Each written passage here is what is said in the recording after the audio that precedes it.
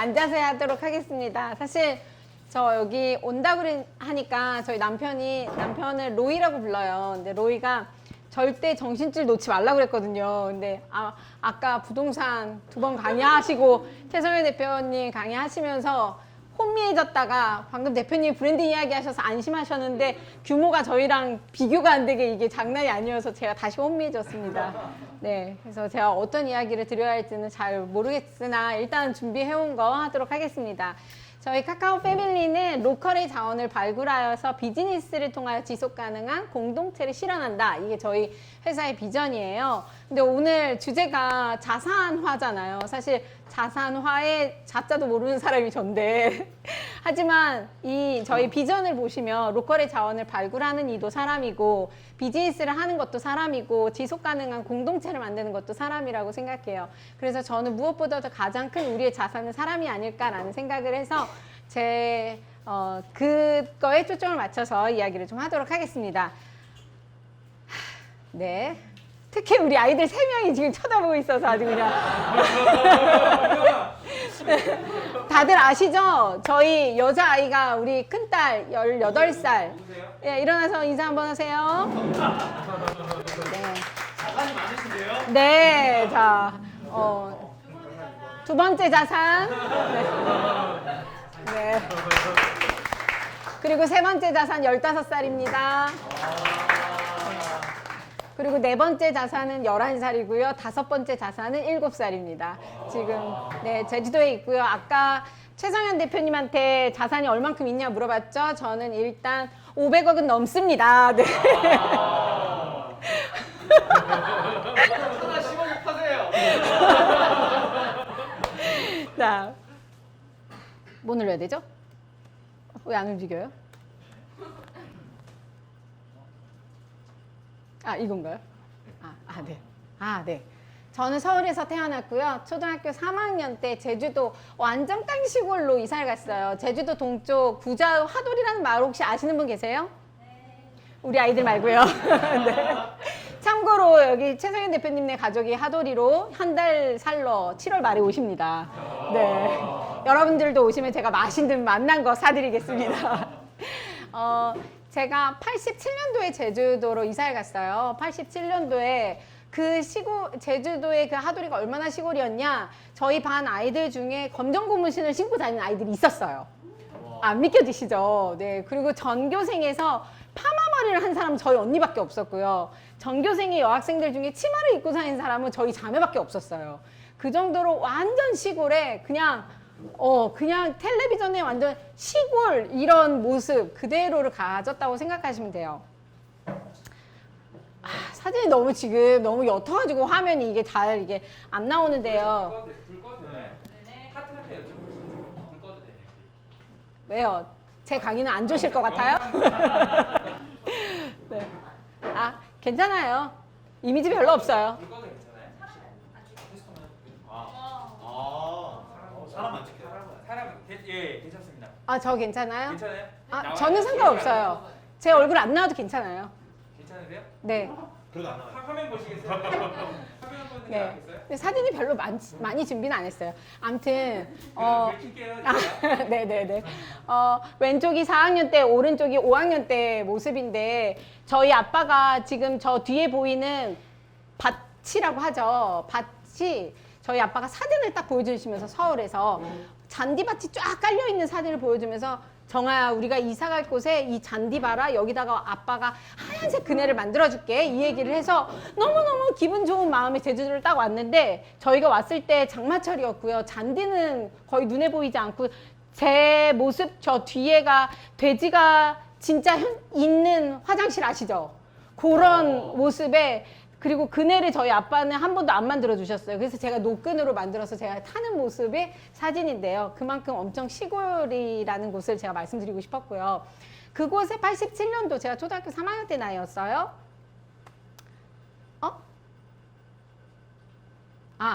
네.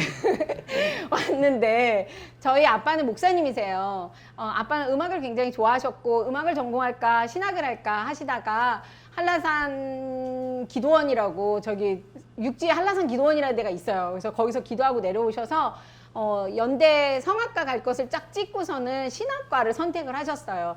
그렇지만 아빠는 그 음악에 대한 비전을 계속 갖고 계셔가지고 제주도 깡시골에 음악 목회를 하고 싶다. 그래서 딸 4명을 데리고 저희 엄마와 함께 이렇게 제주도로 오게 되었습니다. 제주도에 이곳에 오다 보니까 저희 엄마 아빠가 제가 요걸 먼저 할게요. 아, 그렇지. 왜 이게 다음 페이지들이 자꾸 안 보이는 것 같아요. 지금 앞에 나와 있는 것은 저희가 제주도 처음 딱 이사 갔을 때 저희를 맞이해 주셨던 분들이세요. 난쟁이 이모 오집사님이 계셨고요. 소아마비 권 선생님이 계셨고, 육순이 할아버지 조지사님, 손가락 2개 있는 양아지 할머니, 벙어리 할머니, 신부전증으로 계속 그거를 병원에 투석을 하러 다니시는 양씨 아저씨, 이렇게 6분이 저희가 처음 이사 간 날 저희를 맞이해 주신 분들이세요. 저는 그 모습을 보고 헝금함이 이렇게 뒤에 숨어서 너무 무서웠었는데요. 이분들이 저희를 맞이해 주려고, 기쁜 마음으로 맞이해 주려고 왔다라기보다는 마을에서 굉장히 소외된 분들이셨어요. 저희 부모님은 지금 34년째 그곳에서 현재도 지금 목회를 하고 계시는데요. 이분들은 여태까지 계속 곁에서 병수발도 하시고 병원도 데려다 주시고, 자식들은 다 그냥 내팽겨쳤고 마을에서도 굉장히 왕따를 당하시는 그런 분들이세요. 그런 분들을 저희 부모님이 계속해서 곁에서 케어하시면서 34년을 보내왔는데, 제가 보면서 우리 아빠는 음악 목회 하신다고 그랬는데 왜 음악 목회는 안 하고 이런 일만 계속할까? 지금 현재 이 6분은 다 돌아가셨고요. 저희 있는 동안에 장례를 저희 아빠가 다 치러주셨고, 지금 저희 아빠가 목회를 손을 못 놓는 이유가 저희 교회에 저희 식구 외에 딱 한 분이 더 나오세요. 그 한 분이 지금 신부전증으로 엄청 당뇨에 막 이래가지고 힘들어 하셔서 그분을 저희 아빠가 케어를 안 하면 할 수가 없어요. 그래서 지금도 목회에 손을 못 놓으시는 43년생 저희 아빠신데요. 그런 모습을 보면서 결국에는 이제 저희 딸 4명은 다 음악을 전공하게 됐어요. 아빠 음악을 너무 좋아하다 보니까.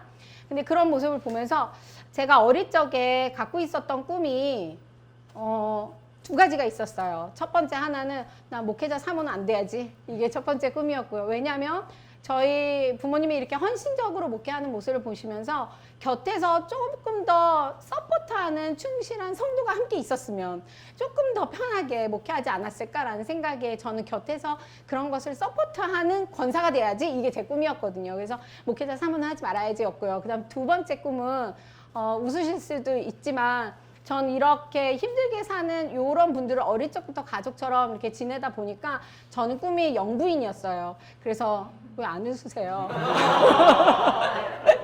네, 한 나라의 국모가 돼야겠구나. 소외된 사람들도 품어야겠구나. 이런 생각을 했는데, 결혼하면서 저희 남편이 대통령 할 생각을 전혀 안 하고 있어가지고 영부인의 꿈을 잠시 접었다가 나중에 얘기지만 멕시코에 가서 한 번 더 그 꿈을 다시 불사르고 있습니다. 저는 시댁이 과테말라예요. 저희 시댁 식구들이 일찍이 과테말라에 이사를 가셔서 저희도 한국에서 일을 하다가 과테말라로 가게 되었는데요. 한국에서는 저희 남편은 이제 공대생으로, 사실 오늘 자사나 이 이야기 저희 남편이 들었으면 엄청 좋아했을 거예요. 근데 지금 사람이 좀 바뀐 것 같은데, 저는 음악을 전공했고요. 제주 도립교향악단에서 악기를 하다가 제주도를 떠난 지 17년, 19년이 됐어요. 그렇게 떠났는데, 아무튼 저희 남편이랑 아이들이랑 같이 과테말라로 사업을 하러 갔습니다. 사실 저희 남편은 한 번도 사업을 해본 적은 없지만 언젠가는 자기 사업을 해보고 싶다고 늘 얘기를 하더라고요. LG전자에서 특허 왕으로 뽑힐 만큼 정말 많은 특허를 냈지만 다 그 특허 소유권이 LG전자로 가는 걸 보면서 본인이 자기의 아이디어로 자기의 뭔가를 하고 싶다, 그런 이야기를 계속 했었어요. 근데 저희 아빠가 어렸을 때부터 저에게 했었던 얘기가 절대 사업가랑은 결혼하지 마라, 이 얘기였거든요. 사업가는 성공 아니면 폭망이다. 그래서 위험한 길을 가지 마라 했는데 저희 남편이 사업을 하겠다고 하는 거예요. 그래서 굉장히 마음에 좀 불안함 이렇게 있다가, 과테말라라는 나라가 굉장히 어렵게 지낸다는 사실을 들었고, 거기 원주민들 아이들에게 내가 배웠었던 음악을 가르칠 수 있다면 그거는 내가 굉장히 기쁜 마음으로 할 수 있겠다, 그런 마음이 들어서 리코더를 300개를 사들고 저는 과테말라를 갔어요. 가서 가자마자 저희들이 하려고 했었던 사업은 이미 세팅이 되어 있었고요. 저희 아가씨네가 이미 세팅을 미리 다 해놓고 저희 남편이 사장님으로 되어 있는 상태에서 가게 됐고, 3개월 만에 폭망을 했어요. 아이템은 한국의 펜시 아이템이었고요. 과테말라에 가서 이제 부유한 과테말라 사람들에게 이 사업을 하겠다였는데 지금 여기 적혀 있는 에스두아르도는 저희 매니저였어요. 저희 매니저인데 5년 동안 저희 아가씨네 아이들을 과외를 가르쳤었던 과외 선생님이셨고 그만큼 신뢰 관계가 굉장히 두터웠었던 사람이었는데 과테말라라는 나라 여러분들 아실지 모르겠지만 굉장히 불안한, 치안이 불안한 곳이에요. 그래서 거기에서 현지인들과 돈과 엮이면 문제가 생기는 생명이 왔다 갔다 하는 그런 곳이거든요. 근데 사실 저희가 가자마자 3개월 만에 이 에스두아르도라는 매니저에게 뒤통수를 맞고 폭망을 하게 됐어요. 그래서 완전히 갖고 간 거 다 날렸고요. 그래서 우리는 무엇을 해야 될까 되게 고민을 하던 시절이 있었죠. 그러다가 하지만 되게 감사하게도 저희 남편도 그러고 저도 그러고 어떻게 보면 다시 한국으로 돌아오고 싶고 막 과테말라가 지긋지긋하고 그 막 현지인들이 막 지긋지긋하고 그럴 수도 있잖아요. 근데 오히려 두 사람에게 이 사람들은 이 나라의 사람들은 도대체 뭐가 그 삶에 중요한 것인가, 뭐 때문에 이러한 오래된 관계를 깰까? 사실 그 돈이 그렇게 큰 액수는 아닌데 몇 억이긴 했지만 그것 때문에 관계를 깨는 거가 저희들은 굉장히 납득이 되지 않았고 그러다 보니까 그 나라에 대한 굉장히 긍휼함이 커졌어요. 오늘 사실 비즈니스에 관련된 얘기를 해야 되는데 지금 무슨 신앙간증을 하는 것 같은데 아무튼 이 과정이 없으면 그 다음이 없기 때문에 제가 얘기를 하도록 하겠습니다. 그런 마음이 있어서 오히려 그 나라에 대한 긍휼함이 남편도 저도 굉장히 커졌었던 것 같아요.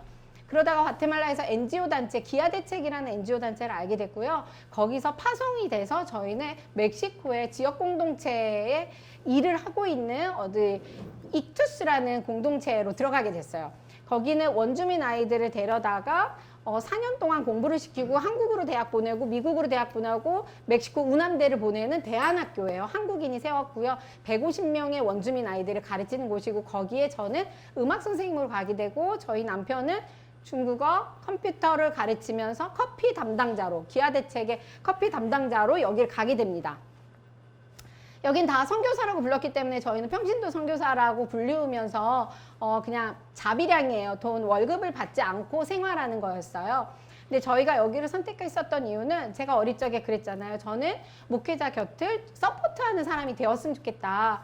그렇다면 그 말은 목회자는 복음을 가지고 간다면 서포트하는 사람은 떡을 가지고 가야 되지 않을까? 언젠가는 우리가 비즈니스를 하면서 그 떡의 역할을 할 수 있지 않을까? 그렇다면 그렇게 살고 있는 사람들은 도대체 어떻게 살까? 그게 굉장히 궁금했어요.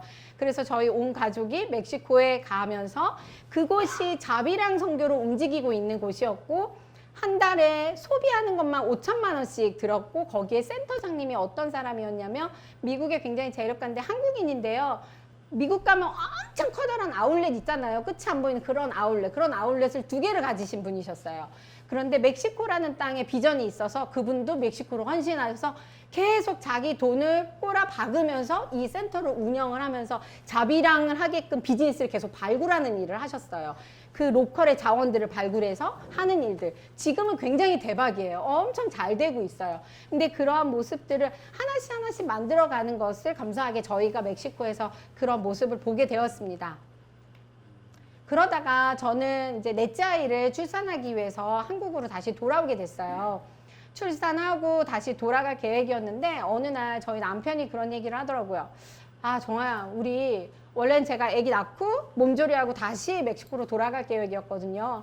근데 저희 남편이 야 정아야, 우리 서울에서 1년만 좀 살다 가면 안 될까? 그래서 왜? 그랬더니 내가 멕시코에서 커피 농민들을 만나면서 야 내가 이번에 한국 가서 너네 커피 제대로 좀 알리고 올게, 이런 얘기들을 정말 약속을 하면서 저희 남편은 굉장히 현지인들과 함께 살 정도로 엄청 그 헌신적인 친구 같은 그런 관계였거든요.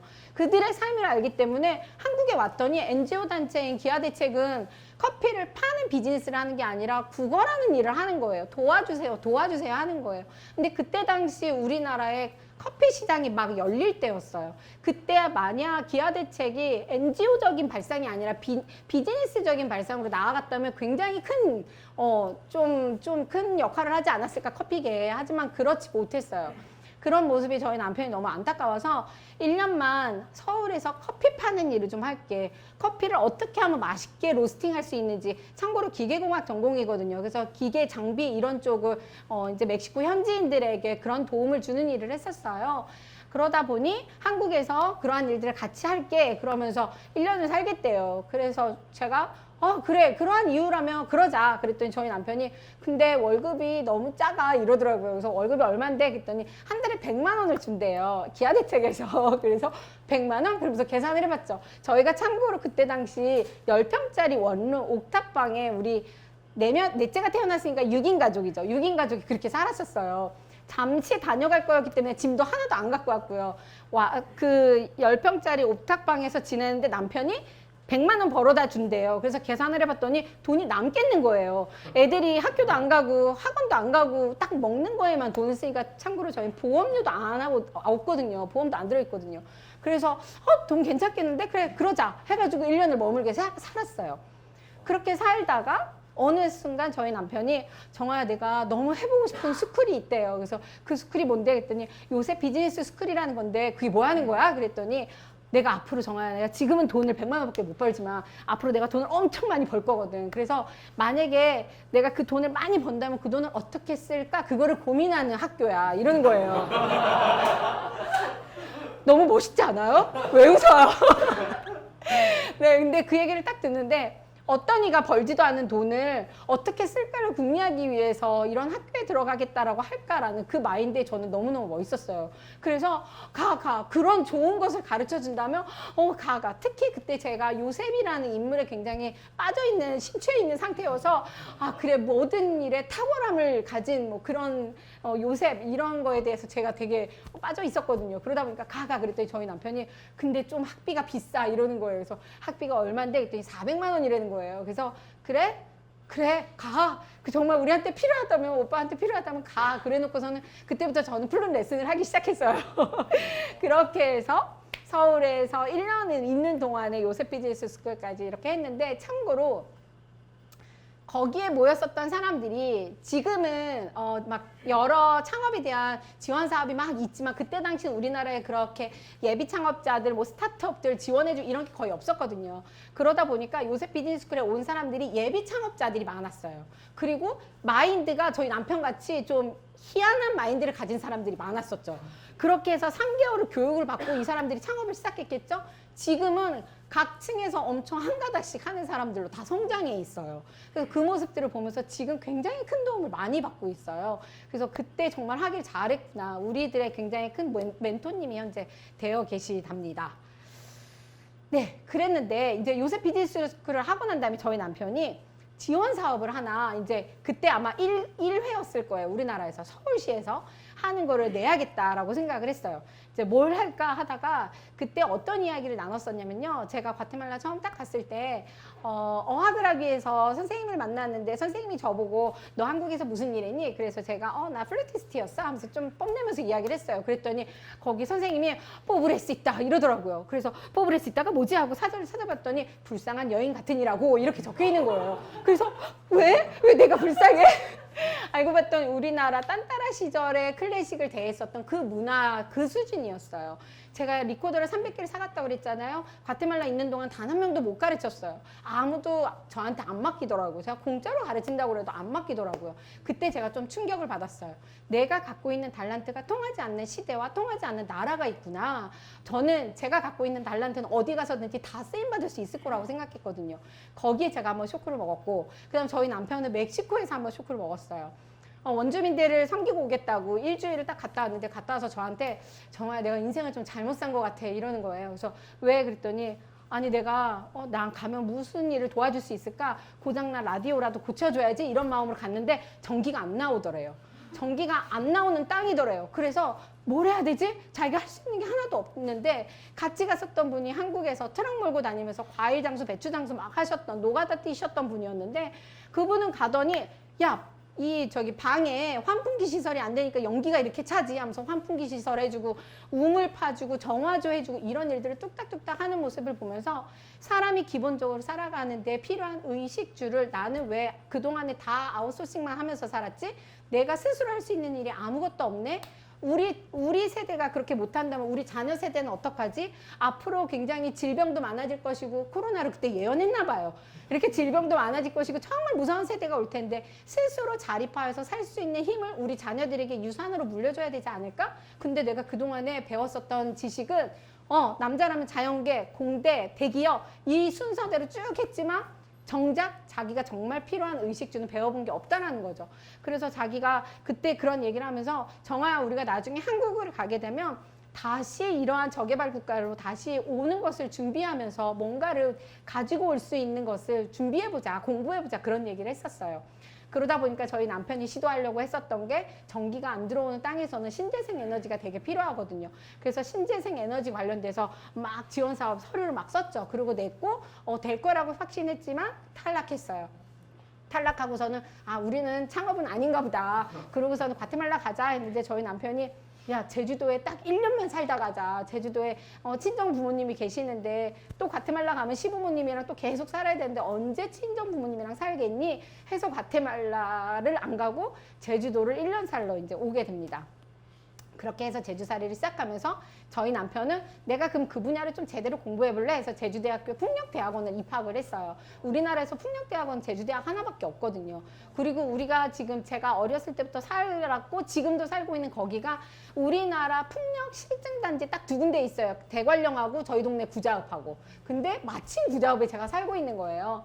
거기에서 사는데 그리고 거기서는 그 다음 뭘 했냐면 저는 음악을 전공했는데 음악이 그러면 아이들 어디 가든지 쓰임 받을 수 있는 게 뭘까를 하다가 사람의 마음을 터치하는 성품 교육을 만들기 시작했어요. 그래서 음악을 바탕으로 한 교육 프로그램을 만들면서 유치원 아이들을 이제 수업을 하기 시작했죠. 그러던 중에 전화가 왔어요.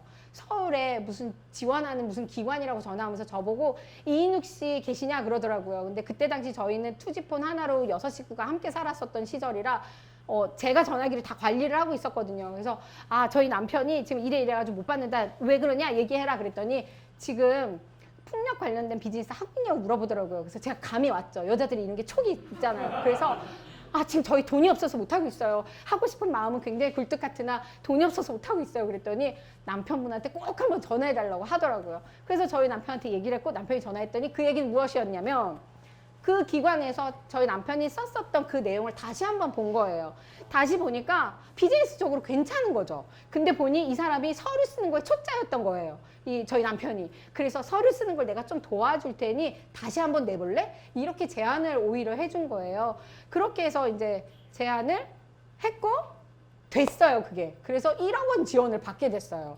저희는 대박이다. 우리 이제 창업 이제 끝장이다. 막 이렇게 생각을 했죠. 그래서 창의에너지 교육이라는 회사를 차렸고 저는 마음밭 인성학교라고 계속해서 그런 일을 하고 있었습니다. 그러던 중 순식간에 왜 웃어요? 순식간에 1억은 사라져 버리더라고요.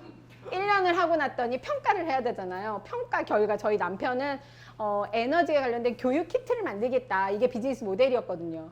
근데 평가가 이 키트에 좋긴 좋은데 이거는 영재 수준 아이들한테 배울 만한 그들이 할 만한 너무 어려운 키트다. 근데 우리나라의 영재 수준은 너무 그 수요는 너무 적다. 그러니까 비즈니스적으로는 조금 부적합하다 이런 얘기를 했죠. 그렇다고 돈을 뱉어내라고는 안 하더라고요. 그래서 오케이 그러면 여기서 그러면 이 사업은 접어야 되는데 그럼 어떡하지? 이거 확장이 안 되겠는데 확장성이 결여됐다라는 걸 우리가 판단을 했죠. 그러던 중에 제가 하고 있는 마음밭 인성학교라는 그 수업이 생각보다 반응이 좋았어요. 제가 좀 교육 콘텐츠를 잘 만드나 봐요. 그래가지고 막 사람들이 되게 좋아하면서 제주도에 30% 이상의 유치원들을 다 저희 프로그램이 들어가게 되면서 저와 2사람의 선생님을 영입해서 3명의 선생님이 수업을 했어요. 사업자도 없으면서 그냥 이렇게 불렸어요. 근데 교육청에서 불러주시더라고요. 제주도의 전체 유치원 학장님이 아니라 원장님, 원감님 대상으로 겨울 연수, 여름 연수를 해달라고 하더라고요. 그래서 저 유아교육도 아닌데요. 그랬더니 상관없대요. 이 프로그램이 이미 알아서 배우고 싶다는 거예요. 그래서 되게 신기하다. 그러면서 열심히 했어요. 그러다 보니까 이게 소문이 막 나오고 그러면서 저 아이 준하가 초등학교로 들어가는 해에 그러면 이제 초등학교에 우리 셋째 아이가 들어갔으니 그러면 초등학교 프로그램을 한번 만들어 볼까? 라는 생각에 그 전에 초등학교 프로그램을 만들어 볼까 하던 생각에 딱 딱 봤더니 저희 남편은 실제 바람을 만지고 있었고 저는 아이들의 바람, 위시를 건드리고 있는 일을 하더라고요. 그래서 야 그러면 이참에 그냥 둘이 묵자. 우리 키트 이런 거 팔지 말고 다른 거를 하는데 바람공장이라는 회사를 한번 만들어보자. 그래서 바람공장은 자연, 생각, 미래, 자연을 바라보는 생각이 달라지면 우리의 미래는 달라집니다. 라는 슬로건으로 바람공장이라는 법인을 만들게 되었어요. 그래서 여기서는 우리가 공부하고 싶었었던 의식주 에너지를 우리가 공부하면서 교육 콘텐츠를 만들고 그걸로 비즈니스를 한번 해보자. 그거를 이제 해보면서 예비사회적 기업까지 가게 되었죠. 그리고 제 이제 프로그램이 초등학교까지 수업이 이제 들어가면서 저희 남편이 앞서서 1억짜리 따낸 그 실력으로 교육부에다가 냈어요. 이 프로그램을. 내었더니 그게 교육부 장관상을 받게 됐어요.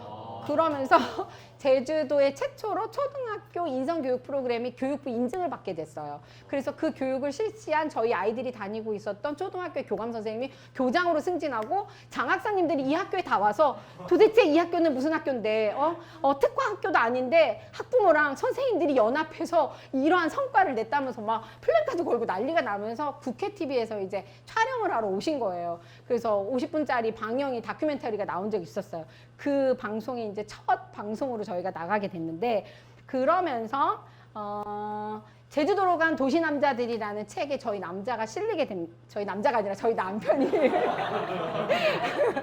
실리게 됩니다. 그거를 시작으로 기자님들이 인터뷰를 의뢰를 주시더라고요. 그래서 인터뷰를 하다 보니까 여러 가지 TV에 이제 나가게 됐어요. TV에서 보신 적 있으세요? 목소리가 작으시네요. 네. 하지만 저희들의 비전은 좋았지만 비즈니스의 확장성은 결여되었어요. 왜냐하면 제가 마지막 수업을 어떤 한 초등학교 유치원을 수업을 하고 나오는데 그 선생님이 저한테 그러는 거예요. 선생님 너무 죄송한데요. 선생님 프로그램 너무 좋은데 오늘이 마지막 수업 해야 될 것 같아요. 이러는 거예요. 그래서 왜요? 그랬더니 교육부에서 방침이 내려왔는데요. 성품, 인성이라는 것은 이제 외부 강사가 아니라 내부의 담임 선생님이 가르치는 걸로 방침이 내려왔어요. 그래서 외부 강사를 쓸 수 있는 예산이 이제 떨어졌어요. 이러는 거예요. 그래서 네 알겠습니다 하고 딱 오는데 제 뒤통수가 싸한 거예요. 이상하다. 내가 사람의 건강한 마음이 만들어지도록 마음을 가르치는 일을 하는데 돈의 예산이 끝났다고 이 일을 못해? 거기에 제가 의아한 거예요. 뒤통수를 한 대 맞은 거예요. 내가 시작을 잘못했구나. 이거는 비즈니스로 바라볼 일이 아니라 정말 NGO적인 관점에서 가치를 창출해내는 입장에서 생각을 해야 되는데 내가 이거 가지고 돈 벌려고 했구나라는 생각에 그렇다면 우리가 하고자 하는 일을 지속적으로 할 수 있는 재원이 필요하다. 그 재원이 뭐지? 해서 카카오 패밀리가 만들어지게 되었습니다. 근데 카카오 패밀리를 하려고 봤더니 우리가 돈이 없잖아요. 돈이 없는데 어떡하지? 그리고 창업을 제대로 해본 적이 없는데 바람공장도 창업이라고 할 수 없을 정도의 창업이어서 어떻게 하지? 창업에 대해서 한번 공부해보자 하던 찰나에 기관에 제일 처음으로 이제 발을 들이게 됐어요. 제주도 경제통상진흥원에서 창업을 공짜로 교육해주고 거기에서 PT 선정이 되면 900만 원을 지원해준다고 하더라고요. 우리나라 시스템 너무 좋구나. 우리나라 세금으로 이렇게 쓰다니 하면서 제가 이제 거기에 들어가게 됐죠. 거기 들어가서 배우고 PT를 했더니 선정이 돼서 900만 원을 받아서 900만 원으로 저 가게가 시작이 됐어요. 근데 그때 강의를 할 때 그 전 기수의 성공 사례, 그러니까 선배 기수죠. 선배 기수 한 사람이 와서 그 성공 사례를 얘기하더라고요. 그 모습을 이렇게 쳐다보면서 내년에 나를 불러줬으면 좋겠다 그렇게 생각했거든요. 근데 내년에 정말 저희를 불러주셨어요. 그 자리에 방수준 대표님이 강사로 오셨어요. 네, 거기에서 처음 만남이었습니다. 기억하시나요? 기억 안 나요? 네, 방수준 대표님이 딱 강의를 하셨는데 그래 맞아 그때 당시 동네 발전소 내가 꿈꾸던 그 마을이야 막 이런 생각이 막 들면서 내가 저 사람이랑 뭔가를 같이 해봐야겠다 막 이런 생각이 들었어요. 근데 제 이야기가 끝나고 제가 묻지는 않았지만 방 대표님도 뭔가 감동이 있었던 것 같아요. 그래가지고 그 다음날 저희 매장을 찾아오셨어요. 기억하세요? 네. 아무튼 그 인연으로 여기까지 오게 되었고요. 네. 900만 원으로 이제 카카오 패밀리가 만들어졌는데 카카오 패밀리의 비전은 그럼 무엇일까? 카카오 패밀리는 카카오에 대한 기술과 컨텐츠를 기반으로 새로운 카카오 문화를 만들어가는 푸드테크 기업입니다. 굉장히 거창하지만 저는 꿈은 굉장히 항상 거창하게 만들어야 된다고 생각해요. 그래서 현재는 미비하지만 푸드테크로 가려고 지금 노력을 하고 있습니다. 그런데 저희가 회사의 규모를 키우려고 하다 보니 이제 조금씩 카카오를 받아서 될 일이 아니더라고요. 그래서 카카오를 제대로 좀 사와야겠다라는 생각을 했는데 우리나라에서 과테말라의 카카오를 가져온 의뢰가 없는 거예요. 그래서 어떡하지 하다가 저희 남편이 과테말라로 다시 갔고 거기에서 무역 법인을 설립하게 됐어요. 시세뇨이라는 무역 법인을 설립하면서 거기를 통해서 카카오를 대량을 이제 가져오는 일을 하게 되는데 돈이 필요하잖아요. 그래서 이 돈이 없어서 어떡하지 했더니 신용보증재단인가 거기 가니까 그 청년 전용 창업 자금을 대출해 준다는 거예요. 그래서 얼마를요? 그랬더니 자부담 1,000만 원까지 이렇게 딱 포함해서 1억을 빌려준대요. 그래서 오케이 빌려보자. 참고로 저희가 비즈니스 하기 전에는 저희가 무소유를 주장하던 사람들이었어요. 그래서 땅도 없고 핸드폰 스마트폰도 없고 신용카드도 없고 현금만 쓰고 막 이렇게 살아가던 사람이 갑자기 비즈니스를 하면서 점점점 타락의 길로 가게 되더라고요. 네. 죄송해요. 아무튼 그렇게 해서 근데 돈을 1억을 떡하니 이제 빌려야 되는 상황이 온 거죠. 어떡하지? 그래서 그래 우리는 투자하는 거야 이러면서 빌려보자. 그랬더니 이 자금 받아보신 분 계세요? 없으시군요. 다행이네요. 이 돈을 받으려고 보니까 전 대출이어서 신청하면 나올 줄 알았어요. 근데 그게 아니라 호남에 가가지고 교육을 일주일 받아야 된다는 거예요. 그래서 오케이 나 교육까지 받을 수 있어. 그래서 제가 이제 갔죠. 교육을 받아서 다 주는 줄 알았더니 그게 아니라 PT에서 선정을 해야만 이 돈을 준다는 거예요. 그래서 연락에 PT를 준비를 했어요. 그리고는 해서 다행히 선정이 돼서 1억을 받았는데 저는 그때까지 아니 내가 그냥 투자를 받는 것도 아니라 대출인데 왜 이렇게 어렵게 하지? 근데 알고 봤더니 이건 제 포트폴리오가 되는 거였어요. 이자도 1%였고 이러한 돈을 받았다는 것만으로도 스타트업계에 얘는 가능성 있는 비즈니스야 라고 딱 한번 낙인 찍히는 그런 일이었던 거죠. 그렇게 해서 그 포트폴리오를 가지고 제주창조경제혁신센터의 보육기업으로 이제 선정하게 되고 그리고 나서 청년 창업사관학교 재작년이에요. 청년 창업사관학교에 들어가게 되고 그 중간에 제주창조경제혁신센터의 입주기업으로 선정이 되면서 저희 본사가 이제 제주창조경제혁신센터에 있게 됩니다. 이제는 이제 판매하는 양이 늘어나면서 공장이 저희가 사용하고 있는 공장의 사이즈가 조금 작아서요. 제 이 공장이 필요했을 때 용암회수 단지라고 용암회수를 이용해서 제품을 만들면 입주를 시켜준대요. 그래서 뭐가 됐든지 용암회수를 한번 연결시켜보자 해가지고 이제 들어갔는데 여태까지 못 만들고 있어요. 그래서 저희 보고 나가려는데 모르겠어요. 아무튼 그래서 용암회수 단지에 제 이 공장에 입주를 했고요. 이렇게 입주하고 나니까 저희는 지금 처음에 경작통상진흥원에 발을 한번 담갔잖아요. 거기서 저희를 선택해줬기 때문에 저희가 망하면 그 사람들의 실적도 떨어지는 거예요. 그래서 자꾸 여러 가지 지원 사업을 저희들한테 이렇게 소스를 주더라고요. 야, 너네 디자인 사업 나왔어. 1,500만 원짜리 너네 신청해봐. 야, 마케팅 비용 이거 막 이렇게 연결을 해주더라고요. 그래서 열심히. 근데 창경에도 발 입주했죠. 테크노파크에도 딱 건드리고 있죠. 청창사에도 지금 발이 담겨있죠. 그랬더니 엄청 든든한 백. 우리는 요만한데 우리의 백이 굉장히 든든한 백들이 막 생기더라고요. 그래서 여기저기서 도와주려고 엄청 노력을 하시는 거예요. 그래서 덕분에 저희가 창조경제혁신센터의 데모데이에서 저희 회사가 이제 최우수상을 받게 되고 또 예비사회적 기업을 작년에 지정받았다가 올해는 사회적 기업 인증을 받게 되었습니다. 그리고 로컬 크리에이터 작년에 선정이 되었고요. 그리고 농식품 벤처, 초기 강반 벤처, 제주 소셜 벤처에 모두 선정이 되고 올해는 벤처 기업으로 완전 등록이 되었습니다. 네, 혹시 어벤처스라고 아세요? 어벤처스 저 집단이 되게 웃긴 집단이에요. 여러분들 나중에 한번 찾아보세요. 어벤처스에 일단 사고가 저랑 비슷해요. 그래서 여기는 꼭 해야겠다. 우리 남편이 이런 데를 왜 하냐고 해서 아니다. 우리랑 비전이 너무 비슷해. 여기 해야 돼. 그랬는데 전국에 저랑 비슷한 사고를 가진 사람들이 한 자리 다 모였다고 생각하시면 돼요. 그래서 거기를 서포트 해주는 사람이 여기는 베이스가 크리스찬이에요. 그래가지고 여기에 가장 좋은 점은 우수상 해봤자 300만 원이지만 이게 다가 아니라 네트워크가 엄청 훌륭해요. 엄청나신 분들이 멘토가 돼서 우리의 회사를 도와주기 위해서 막 노력하시는 최근에 어떤 일이 있었냐면 동국제약에서 몽창 주문을 준 적이 있었어요. 그래서 동국제약에서 왜 갑자기 우리한테 주문을 했지? 알고 봤더니 동국제약 회장님이 여기 어벤처스의 멘토님이셨어요. 이렇게 연결이 많이 이렇게 되세요. 그래서 여러분들 중에 저랑 좀 비슷한 마인드를 갖고 있다 하시면 어벤처스를 한번 검색을 해보셔서 들어가 보시기 바랍니다. 요즘 뽑고 있어요. 네, 근데 굉장히 좋은 네트워크들이 많이 만들어져서 굉장히 훌륭한 스타트업들을 많이 만나게 되실 수 있습니다. 작년 12월이에요. 제주창조경제혁신센터와 MI 소셜컴퍼니라고, 혹시 MI 소셜컴퍼니라고 아시나요? 여기 다들 소셜벤처 쪽에 사람들이 안 계시잖아요. 많이 없잖아요. 그러다 보니까 제가 이분들은요, 성수동에 S팩토리인가 아세요? S팩토리라는 곳이 있어요. 거기에서 로컬 크리에이터의 축제가 열린다고, 재작년에 로컬 크리에이터 축제가 열린다고 거기에서 마켓 운영할 사람 이렇게 뽑아가서 저는 어디에서든지 팔 수 있으면 내가 가지고 간다 그래서 카라멜을 몽땅 가지고 가서 그 로컬 크리에이터 페스타 하는 저 구석탱이에서 열심히 카라멜 잘라가면서 여러분들 오늘 드셨었던 그 카라멜 열심히 팔았거든요. 그날 완판했어요, 저. 그런데 그렇게 판매하면서 딱 봤더니 로컬 크리에이터가 뭐야? 그게 재작년 일이니까요. 작년에는 로컬 크리에이터 선정했지만 이건 재작년 일이에요.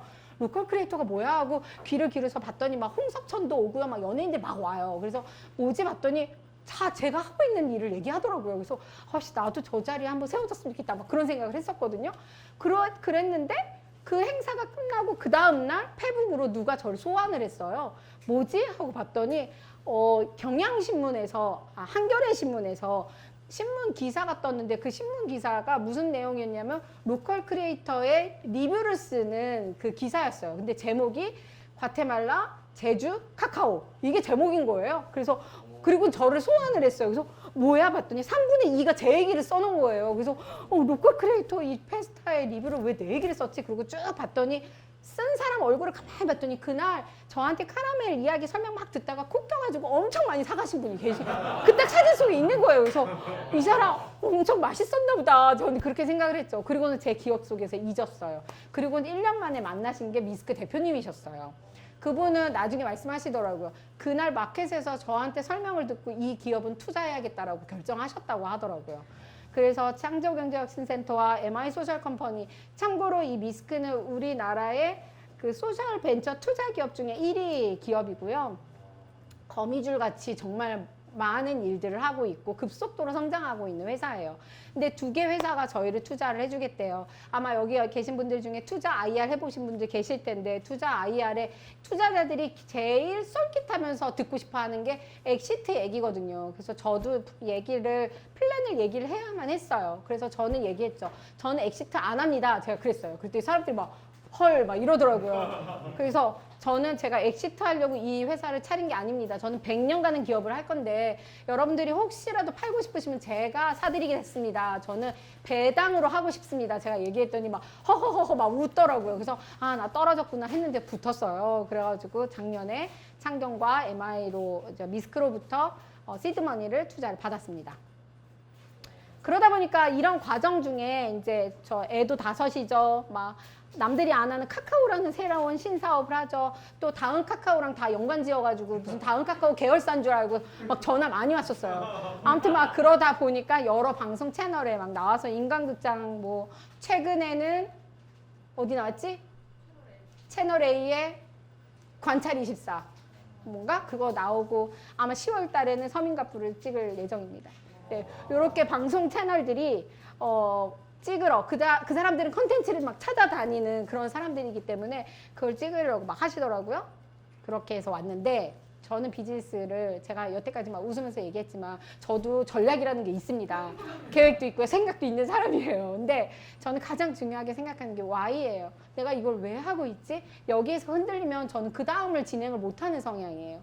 그래서 왜 하고 있지? 그래서 내가 어떻게 할 건데? 그래서 뭘 할 거야? 이 순서를 저는 굉장히 중요하게 생각을 하는데요. 그 중에서 가장 중요한 게 저는 Y라고 생각했어요. 제가 지금 카카오를 가지고 제품을 만들고 있는데 내가 이거를 왜 만들게 됐지? 이거를 만들게 된 목적이 뭐야? 그리고 내가 이 비즈니스를 왜 하려고 하는 거야? 그리고 내가 이 비즈니스를 왜 여기서 해야 되는 거야? 이 3가지에 대해서 끊임없이 저한테 질문을 했어요. 이렇게 스스로 계속 질문을 하니까 제 비전이 점점점 더 명확해지더라고요. 그래서 첫 번째, 내가 왜 이 상품을 만들게 되었을까? 여기에서는 저희 아이들입니다. 5명이고요. 제가 이 사업을 시작한, 이 카카오를 가지고 이러한 먹거리를 만들게 된 건 딱 하나예요. 첫 번째, 우리 아이들한테 만들어주기 시작하면서.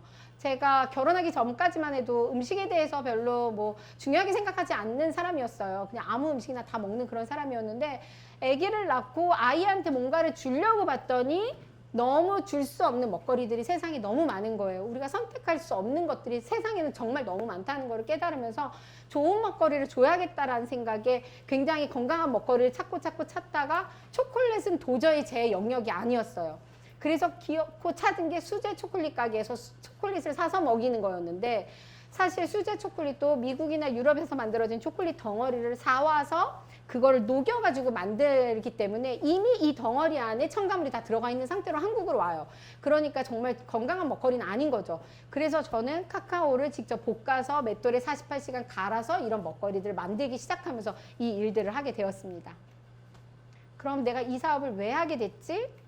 과테말라를 갔을 때 이 과테말라에 정말 좋은 그 자원들이 너무너무 풍부하더라고요. 그런데 늘 가난한 거예요. 이렇게 풍부한 자원들이 있는데 이 사람들은 왜 이렇게 지질이 또 가난하지? 근데 저희는 커피 일을 했잖아요. 커피를 하다 보니까 미국이나 유럽의 바이어들이 커피 농장을 찾으러 막 와요. 근데 어느 순간부터 카카오 농장을 투어하고 싶다라는 수요들이 있더라고요. 이상하다. 세계의 흐름이 커피에서 카카오로 움직이나? 그때 당시 그런 모습을 보게 됐죠. 그러면서 이제 자료를 막 찾다 보니까 2005년을 기점으로 해서 초콜릿 제조 기술에 대한 특허가 아니라 카카오 가공 기술에 대한 특허가 급속도로 많이 올라오는 걸 보게 되었어요. 그럼 어떤 회사들이 이런 특허들을 내고 있지 봤더니 1위가 말스라는 회사였어요. 말스라는 회사는 우리가 아는 M&M's 초콜릿 만드는, 스니커즈 초콜릿 만드는 이런 불량식품 만드는 회사예요. 이런 불량식품 만드는 회사에서 왜 카카오 가공에 이렇게 집중하지? 봤더니 말스 바이오라는 자회사가 있더라고요. 그래서 그들은 카카오에 대한 효능들을 계속해서 카카오 가공에 포커스를 맞춰서 이러한 일들을 연구를 하고 자료들을 축적하는 일들을 하고 있었어요. 허쉬나 네슬레도 마찬가지였어요. 아, 지금 시대의 흐름이 그렇구나. 근데 왜 2005년이야? 2005년이 무슨 일이 있었길래 갑자기 그때부터 이렇게 급속도로 나왔지? 2005년 하면 뭐가 떠오르시죠? 요식업계 하시는 분들 맞으세요? 2005년 하면 웰빙의 열풍이 불던 해예요. 그래서 초콜릿 단 한 조각도 불량식품 같이 생긴 요 한 조각도 우리 건강을 생각하는 먹거리를 먹자라는 니즈들이 막 나오는 시점이었어요. 그때부터 굉장히 그런 건강한 디저트, 건강한 간식에 이제 대기업들은 이미 그쪽으로 이제 틀어서 가고 있었죠. 그래서 저는 이 비즈니스로도 충분히 가능하고 우리의 이 비즈니스가 저 멀리 있는 과테말라의 경제적인 구조를 조금 더 탄탄하게 사회적인 문제를 조금이라도 해결할 수 있지 않을까라는 생각에 공정무역으로 카카오를 가지고 오고 있고요. 현재 제주도에 이렇게 저희가 있는 것은 현재는 아시아 시장을 보고 있어요. 이게 어느 정도에 탄탄하게 되고 나면 지금 2017년도부터 과테말라에 저희 카카오 나무를 심고 있는데 나중에는 과테말라 현지에 가공 공장과 기술학교, 뭐 매장, 뭐 여러 가지를 이제 할 생각이고 거기에다가 세운다라는 것은 미국과 유럽 시장을 바라보는 거고요. 그게 되고 나면 그 다음은 인도네시아로 가서 인도네시아는 카카오 생산량 1위 국가거든요. 인도네시아의 공장을 이제 옮긴다라는 것은 옮기는 게 아니라 새로 만든다라는 것은 세계 시장을 바라본다라고 생각해요. 그리고 나서의 저희 가정은 이스라엘이 마지막 최종 저희들이 가고 싶은 땅인데요. 이스라엘이라는 나라는 교육 때문에 저희가 가고 싶은 거예요. 그 나라들은 도대체 그 나라 사람들은 그 탁월함이 어디에서 오지? 그 교육의 탁월함은 도대체 어디서 오는 거야? 그래서 우리 세대에 못 산다면 우리 자녀 세대만이라도 거기서 한번 살아봤으면 좋겠다라는 생각이 들어서 근데 그 나라를 가서 비자를 받으려면 비즈니스가 있어야 되거든요. 그래서 그 비즈니스 때문에 사실 이 경로를 하고 있어요, 지금. 근데 재밌게도 과테말라의 카카오가 최다 수입 국가가 이스라엘이에요. 그리고 유럽에서 하는 초콜릿 어워드 같은 거에 1위, 2위, 3위 하는 거기에 항상 드는 나라가 이스라엘입니다. 생각보다 아랍권과 이스라엘 쪽이 거기는 술, 담배 안 하거든요. 디저트 시장이 굉장히 문화가 발달돼 있어요. 그러다 보니까 카카오를 생산하고, 그러니까 초콜릿을 생산하는 일들이 되게 많더라고요, 생각보다. 그래서 저희는 그 비즈니스를 가지고 가고 싶다라는 생각이 들었죠.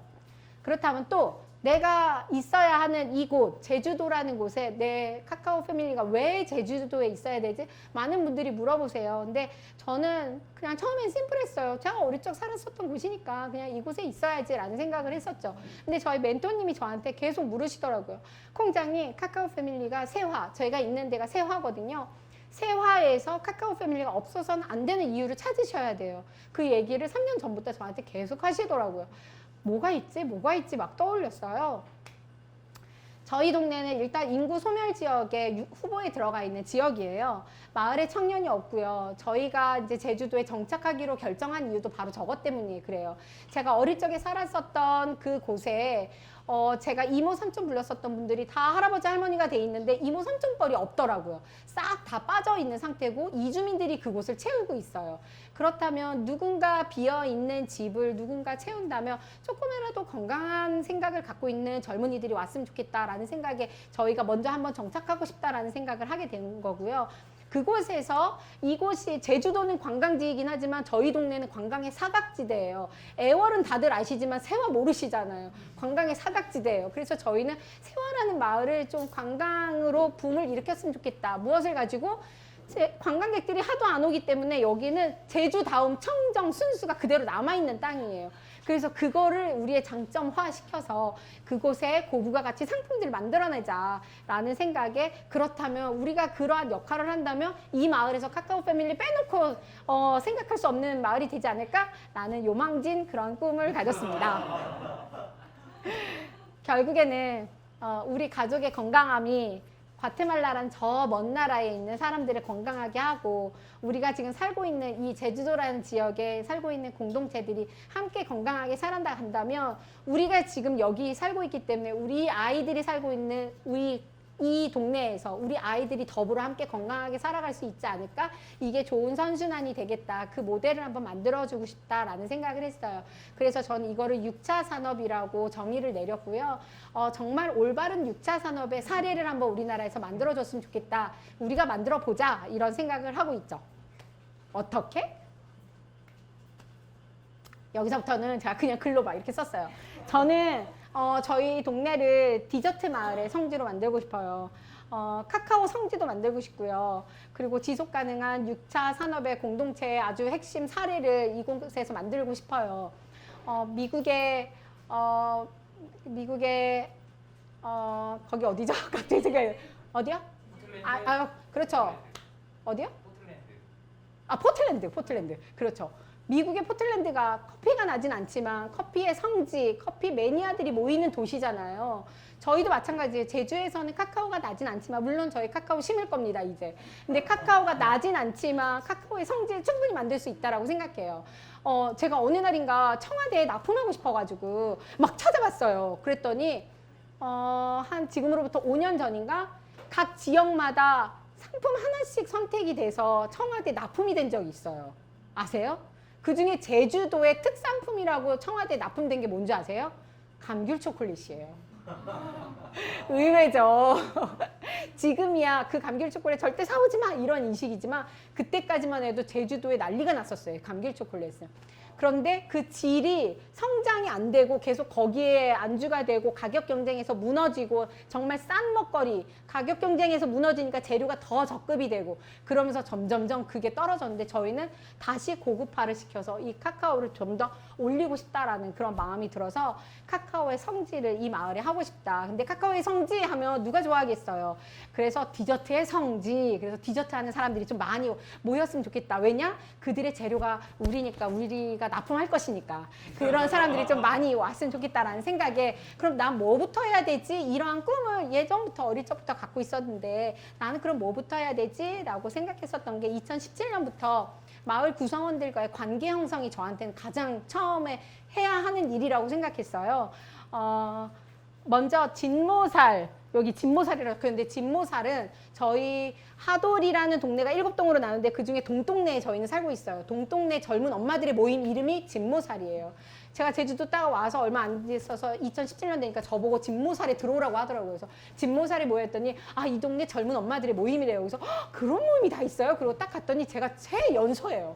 그리고 가장 나이가 많으신 분이 60대 후반이시더라고요. 그래서 여기 여자들의 모임인가? 이렇게 생각을 해서 누구 할머니 왜 안 계세요? 그랬더니 아이고 거긴 할머니국에 이러더라고요. 그래서 아, 여기 연령층이 너무 나이가 많으신 분들이다 보니까 60대까지만 해도 젊은이구나 라는 생각이 제가 충격이었죠. 그런 분들을 만나는 이유는 대부분 그분들은 해녀 아니면 농부님들이세요. 나중에 저희가 발굴할 자원들을 지금 현장에서 하고 있는 분들이세요. 그럼 그들의 삶은 어떨까? 그들은 어떻게 살아갈까? 그게 너무 궁금했거든요. 그래서 진모살이라는 모임을 아직도 하고 있는데요. 참고로 제가 인간극장을 한번 나가고 나니까 어느 날 진모살, 인간극장 끝나고 진모살 모였는데 다들 저보고 아이고 니네 엄마 아빠 너무 좋겠다면서 손주, 손녀들이랑 같이 살고 너무 좋겠다고 그러는 거예요. 그래서 제가 아유 삼촌 거기 수정이도 와서 같이 살라고 하고 민정이도 다 저 학교 후배들이에요. 그 어머니들이랑 지금 그 모임을 하고 있는 거예요, 제가. 그래서 민정이도 오라고 하고 제가 그 얘기를 했더니 그런 소리 하지 말라고. 우리 애들이 와가지고 뭐 하게, 당근 농사하게 공부시켜가지고 육지 보내는데 여기 다시 오면 안 된다고 이 얘기를 하시는 거예요. 한편으로는 너무 손주들이랑 살고 싶고 딸 아들이랑 살고 싶지만 한편으로는 그들의 인생을 망칠까 봐 오라고 못 하는 거죠. 근데 전 제주도에서 이 일을 하면서 재밌는 것은 명절 때마다 저희 동네 친구들이 오잖아요. 지금 참고로 저희 또래 친구들 중에 저희 동네 남아있는 사람 딱 3명밖에 없어요. 나머지는 다 떠났어요. 근데 떠난 친구들이 명절 때는 오거든요. 그럼 저한테 와요. 그러면서 하는 얘기가 야 나는 공부 엄청 열심히 해가지고 서울로 대학을 가고 지금 삼성에 들어가가지고 연봉도 엄청 이런데 근데 나는 일이 너무 재미가 없다. 나 이런 직장생활 언제까지 해야 될지 모르겠는데 우리 와이프는 제주도 가서 살재. 그래도 내가 이번에 좀 심각하게 생각해 보려고 왔더니 우리 엄마 아빠가 그 집이 방앗간집 아들이었거든요. 우리 엄마 아빠가 자기 공부 가르치려고 이 땅 팔고 저 땅 팔고 해서 땅이 하나도 남아있는 게 없더래요. 그러면 방앗간 하나 딱 딸랑 있는데 내가 오면 내가 할 일이 있을까? 이걸 묻더라고요. 그래서 떠나 있는 이 청년들은 오고 싶어 해요. 와서 뭐라도 하고 싶어 해요. 왜냐면 남들 다들 제주도 가서 살고 싶어 하거든요. 근데 부모님들은 오지 마.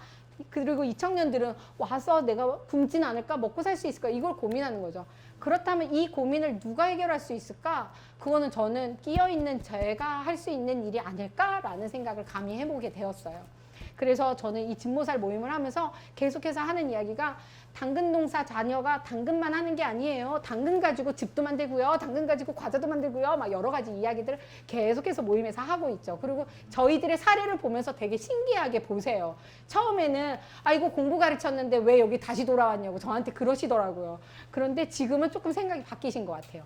그리고 제주도 슬로우푸드 협회. 슬로우푸드 협회가 전 세계적으로 있는 거 아세요? 그리고 본점이 이탈리아에 있어요. 전국적으로 슬로우푸드는 굉장히 종교적인 모임처럼 그렇게 되게 되어 있는데 생각보다 체계화적으로 되어 있더라고요.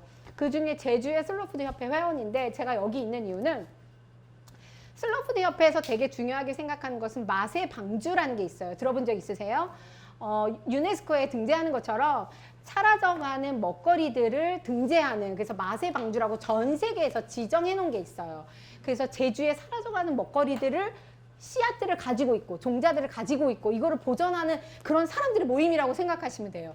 그래서 언젠가는 내가 이곳에서 디저트를 만들어 간다면 이 사람들은 보존하는 일을 씨앗으로 종자로 갖고 있다면 나는 그걸로 고부가 가치 상품을 만들어내는 일을 했을 때 이러한 일들이 보존이 되지 않을까라는 생각을 해보게 되었어요. 그래서 슬로푸드 협회도 지금 저희가 열심히 하고 있고 최근에는 예아, 차나, 주나 3명이서 슬로푸드 협회 그 사람들의 활동을 지금 영상으로 담아내고 있고요. 그리고 구교협이라는 활동인데요. 구자교육협의체예요. 여기에는 초, 중학교 교장 선생님들 그리고 운영위원장님들, 마을 리장님들이 모여있는 이제 협의체예요. 근데 특별 회원으로 저만 교육계에 없는데 저만 넣어주셨어요. 왜냐? 저희 마을에 이거를 협의체를 굉장히 이렇게 움직이시는 분이 혁신학교 교장 선생님인데 저희 넷째 아들 옛날에 담임 선생님이셨어요. 그분이 이렇게 투표해가지고 교장된 그런 케이스인데 그분이 저의 찐 팬이세요. 그래가지고 아이들을 교육하는 데 있어서 진로는 빼놓을 수 없다. 근데 아이들의 진로 교육을 한다면 마을에 이 좋은 자원들이 많이 있는데 다른 데서 강사를 영입하는 게 아니라 이 마을에 있는 비즈니스맨들이 우리 아이들을 가르친다면 훨씬 훌륭한 교육이 되지 않을까라는 생각을 해서 대표성을 띈 저를 이렇게 이제 특별 회원으로 모여 해주셔가지고 저는 구교협에서 작년에 했었던 일은 4.3 사건을 어떻게 교육하느냐 제가 카카오를 하면서 그 일을 막 지금 하고 있고 그래서 올해는 뭘 하냐면 강사 인력풀을 지금 인력풀 지도를 만들고 있어요. 굉장히 깨어 계신 교장 선생님들이고 그분들이 굉장히 깨어 계시죠. 근데 저는 BGS 하시는 소상공인들을 알기 때문에 그 사람들이 인력 풀로 만들고 그거를 교육이랑 연결시켜서 각 학교 강사들로 연결시키는 일을 지금 하고 있죠. 그래서 그러한 일들을 2017년부터 해왔고 마지막으로 동쪽 CEO방을 2년 반 전에 만들었어요. 동쪽 CEO방은 나 같은 생각을 가진 사람이 분명히 있을 거야, 이 마을에. 그래서 나의 회사가 성장함과 동시에 우리 마을이 함께 성장하는 것을 꿈꾸는 사람을 한번 모아보자 해서 지금 현재 이주민들 단톡방이 500명이 들어와 있는 단톡방이 있거든요. 그 중에서 10%가 들어와 있어요. 현재 지금 61명까지 성장을 했는데 이 소상공인들을 2년 반 전에 모았고 그때 당시는 뭐 10명 미만이었다가 10명대 이렇게 점점점 늘어나서 지금 61명대가 됐는데 이들을 저희는 지금 작년까지만 해도 뭘 했냐면 제가 엑셀러레이팅 하는 사람도 아니지만 제가 먼저 조금 밟아갔다라는 이유로 지원 사람 이렇게 받는 거야. 지원 사업 받으려면 PT 이렇게 해야 돼 하면서 막 그거 강의도 아니야. 아무튼 그런 강의를 하고 있어요. 그래서 성과로 따지면 작년에 그 팀에서 총창사 1명이 뽑혔고요. 올해 그 중에서 예창패 한 사람이 뽑혔고 초창패가 한 사람이 뽑혔고 로컬 크리에이터가 2사람이 나왔어요. 이 사람들은 다들 처음에 저한테 찾아왔을 때 무슨 얘기를 했냐면 콩장님 나는 장사를 하고 있는데 사실 나는 사업하고 싶어서 왔어요. 근데 콩장님 보니까 처음에 저 조그만한 가게에서 뚝딱뚝딱 남편이랑 하는 걸 보다가 어느 순간 직원들이 왔다 갔다 하는 걸 보는데 어느 순간 유니폼을 입은 직원들이 왔다 갔다 하는 것 같고 규모도 커지는 것 같고 어떻게 하면 그렇게 커져요? 이렇게 질문을 하시더라고요. 그래서 동쪽 CEO방에 들어와 보세요. 해가지고 들어와서 제가 제주도 안에 모든 지원 사업 정보는 제일 첫 번째 공유하는 데가 그곳이에요. 그래서 저의 연결되어 있는 멘토님들의 강의는 동쪽 CEO방에서 항상 모두 다 쉐어를 하고 있어요. 그 안에서 하고 있는데 지금 많이 그래도 성장을 많이 한 것 같고 이미 저보다 잘 나가는 대표님들도 들어와 계세요. 이따가 얘기할게요. 그리고 왜 보세요? 2019년도 2019년도 조금 더 빨리 갈게요. 죄송해요. 정신줄을 또 놔버렸어요. 네. 그래서 작년에 이제 남그늘과 로컬 크리에이터 프로젝트 하면서 제가 꿈꾸는 6차 산업이 과연 가능할까? 그래서 가설을 세우고 검증을 해보는 단계를 했는데 생각보다 좋은 결과들이 많이 나오게 되었어요. 그래서 이거는 가능한 사업이고 이거에 대해서 지지해주는 사람이 이제 좀 많아지기 시작했죠. 올해가 됐고요. 1월부터 6월까지 지금은 이제 저희 마을에 그런 소상공인들 동쪽 CEO방에 있는 계신 분들에게 브랜딩, 마케팅, 온라인, 와디즈 교육 이런 교육들을 지속적으로 계속 하고 있어요. 그리고 지금 현재 저희는 프리 시리즈 A를 지금 투자를 유치하고 있고 투자하겠다는 곳이 나와서 아마 6월 중에 그게 확정이 될 것 같아요. 그리고 6월부터 이제 11월 미래 얘기입니다. 지금부터는 신한 브릿지 스퀘어라고 혹시 들어보셨나요? 완전 이슈화가 됐었는데 우리나라에 제주도에서 베트남에 한 번 했고요. 그 다음에 거제도인가 어디 한 번 했고 그 다음에 제주도 이렇게 3번 했는데 신한은행에서 야 그래 니네 마을을 변화시키는 일 소셜 임팩트 기업들이 하려면 하나의 기업이 될 일이 아니라 그런 마인드를 갖고 있는 기업들이 모여서 그 마을을 변화시킬 수 있을 것 같아. 그런 팀들 나와봐. 내가 돈 대줄게. 이거예요. 그래서 신한에서 자본을 대주고 하는 데인데 96개 회사가 지원을 했고 그중에 8개 팀이 선발이 됐어요. 그래서 거기에 저희가 들어갔고 다음 주 금요일 날 저는 PT를 또 가서 그중에 5개 팀만 살아남아요. 저 꼭 살아남아야 돼요. 근데 살아남을 줄 믿고 지금 이거 발표하는 거예요. 그래서 제가 꿈꾸는 그 6차 산업의 2단계 가설을 그 사업을 통해서 저희가 검증을 해볼 거고요. 총 지원 금액은 1억 5천이고요. 1억 5천을 너네 마음대로 써봐. 그리고 너네 이루려는 거 해봐. 그리고 이 지원금이 끝나고 나서 이게 좋은 사례가 나오면 우리 계속 지원해줄게. 이런 사업이거든요. 그래서 이 사업에 저희가 협업으로 하고 있는 저희만 하고 있는 게 아니라 협업으로 하고 있는 곳이 뭐 저희 마을의 목장에서 어니스트 밀크라고 혹시 아세요?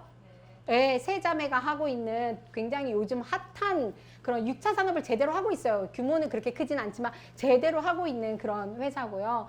예, 그리고 세화리 리장님이 이제 함께 하셔가지고 세화리가 함께 들어왔어요. 그리고 아시는 김수진 웍스 김수진 선생님도 저희 브랜딩으로 해주시고 계시고 또 뭐 여기에서 말하는 여기 세관인데 세관 오늘 그분의 세관 아니에요. 제주도에도 세관이 있어요. 그래서 거기랑 그다음 제주도 6차 산업 조직위원장의 최연소 조직위원장 대표님이 계세요. 지은성 대표님이라고. 그분이 저희 또 여기 한 팀에 들어오셨어요. 그래서 제대로 이제 컨설팅 받으면서 같이 만들어 보자. 이분은 참고로 홋카이도에 일본에서 크게 비즈니스를 했었고 지금도 하고 있는데요.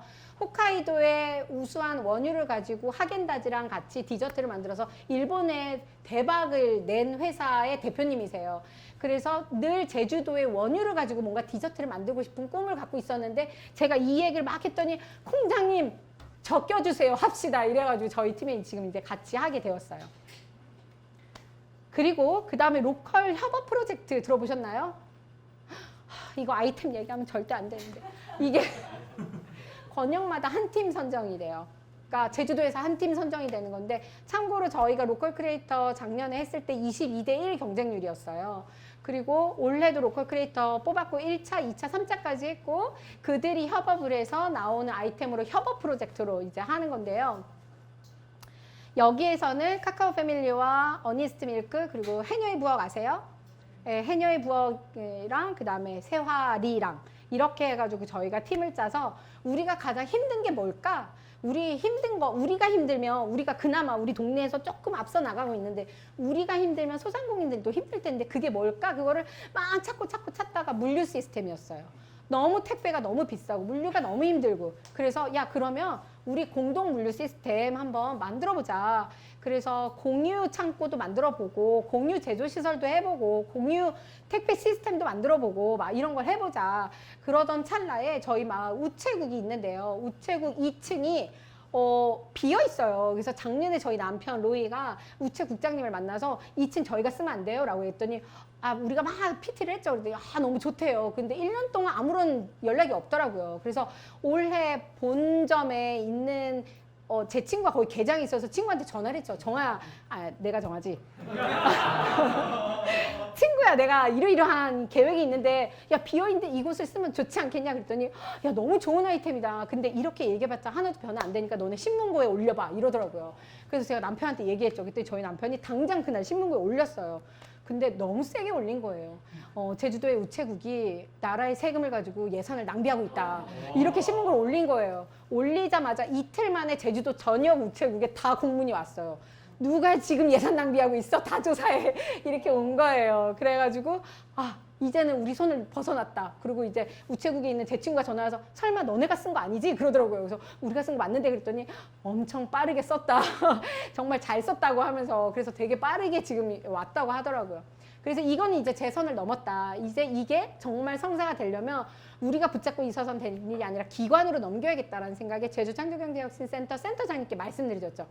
이렇게 지금 물류 시스템이 너무 아날로그틱하고 너무 힘들어요. 시골은. 어떻게 하면 좋습니까? 지금도 우리 택배가 다 우리가 택배 싸들고 비가 오나 눈이 오나 우체국으로 가지고 가거든요. 말이 안 되잖아요. 근데 그걸 하고 있어요. 와디즈 한번 했다 그러면 바닥 온통 택배가 다 깔려서 우체국 직원들이 엄청 화가 나요. 막 고객인데 정말 수그리면서 들어가야 되는 그런 분위기에 그런 물류가 그런 택배 시스템이 제주도 전역에 그렇게 깔려 있어요. 그래서 제가 그런 이야기를 했더니 작년에 제주도 전국에서 스마트 시티로 세화리가 지정이 됐어요. 그래서 28억이 이렇게 지원을 받았거든요. 근데 그 28억이 지원받았다는 이야기 듣자마자 제가 리장님한테 전화해서 리장님 28억 지원받은 거 아세요? 그랬더니 이게 나도 아는데 이거 지금 어떻게 해야 될지 모르겠다 이러길래 리장님 이번에 제대로 된 일을 하셔야 돼요. 막 이랬는데 근데 참고로 제가 막 이런 일을 하면 누가 저 리장 선거 나가는 줄 알더라고요. 근데 저 리장은 정말 하고 싶지 않고요. 정치계랑은 저는 상관이 없는 사람입니다. 그런데 그래서 결국에는요. 그 스마트 시티에 들어온 사람들이 제주창조경제혁신센터 센터장님이 심사를 봤는데 그분이 그 얘기를 하시더라고요. 자기네 기술력, 스마트한 기술력을 다 얘기는 했지만 세화리를 고민하는 회사는 단 하나의 회사도 없더라. 도대체 어디를 뽑아야 될지 모르겠다. 이 기술력이 세화에 필요한지 아닌지도 모르겠는데 근데 뽑긴 해야 되고 그래서 결국엔 뽑았어요. 그래서 버리지 못할 엄청 비싼 쓰레기들이 저희 마을에 그래서 지금 무인 자동차가 다니고 있어요. 저희 마을에 하루에 5번 누가 타는지 아무도 안 타요. 무서워가지고 탈 수가 없어요. 무인이어서. 아무튼 그런 스마트한 모습이 있는데 아날로그에 살아가고 있는 사람들과 동떨어진 일들이 있기 때문에 마을에서 누릴 수가 없는 거죠. 그래서 센터장님이 이거는 스마트한 그 택배 시스템을 만들어가는 일로 잡아야겠다. 그래서 이거는 제주도에서 해결할 일이다. 그래서 지금 제주도 미래전략국으로 이 사안이 넘어갔어요. 그래서 아 오케이 그럼 거기서 뭐가 나오겠다 했는데 며칠 전에 청창사 센터장님을 만났는데 저보고 너네 우체국 때문에 뭐 신문고에 올렸다며 이러더라고요. 그래서 어떻게 알았어요? 저희 카카오 패밀리라고 안 남겼거든요. 어떻게 알았어요? 그랬더니 우체국장님이 카카오 패밀리 아니냐고 물어보던데 이러더라고요. 그래서 아마 조만간에 좋은 이야기들이 나오겠다라는 생각에 저희 지금 이 협업 프로젝트에 고개 같이 할 수 있지 않을까라는 생각을 하고 있습니다. 그리고 이제 동쪽 CEO방을 이제 어떻게 해야 될까 하다가 지역균형발전연구소라는 게 있어요. 지역균형발전, 한국 지역균형발전연구소도 있고요. 제주 지역균형발전연구소가 있는데 거기 센터장님이 미팅을 하자고 요청이 왔어요. 나 같은 거를. 그래서 왜요? 그리고 딱 갔더니 카카오 패밀리 뭐 하고 싶네요. 그래서 이거를 브리핑을 그대로 했죠. 쭉 했더니 자기가 꿈꾸던 일이라는 거죠. 그래서 아 이거 너무 자기랑 같이 해보고 싶다. 그래 이거 해보자.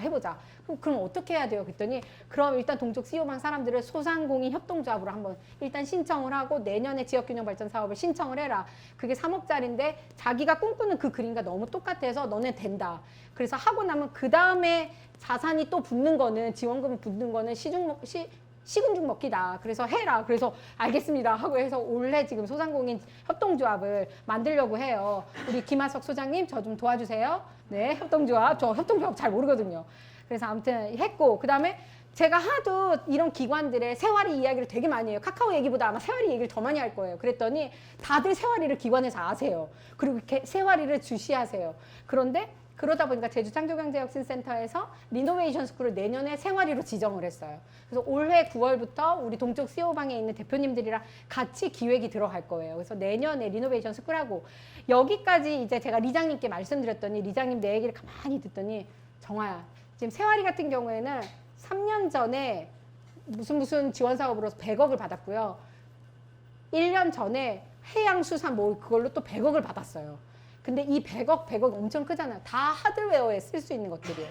소프트웨어에 쓸 수 있는 돈이 없어요. 그러니까 건물만 막 냈다 자꾸 짓는 거예요. 그래서 리장님 그러시면 안 됩니다. 그랬는데 어쩔 수 없는 분위기로 가는 거죠. 근데 제가 이 이야기를 했더니 정아야 참고로 저희 학교 선배님이세요. 굉장히 제주도에서 최연소 리장님이세요. 그래서 정신이 깨어 있으세요. 근데 그분이 그 얘기를 하더라고요. 빠르면 내년, 늦으면 내후년에 도시재생 특구로 세활이가 지정받을 거다. 이거는 거의 확정이다. 그럼 100억의 예산이 들어온대요. 그걸로 디저트 마을을 해보자.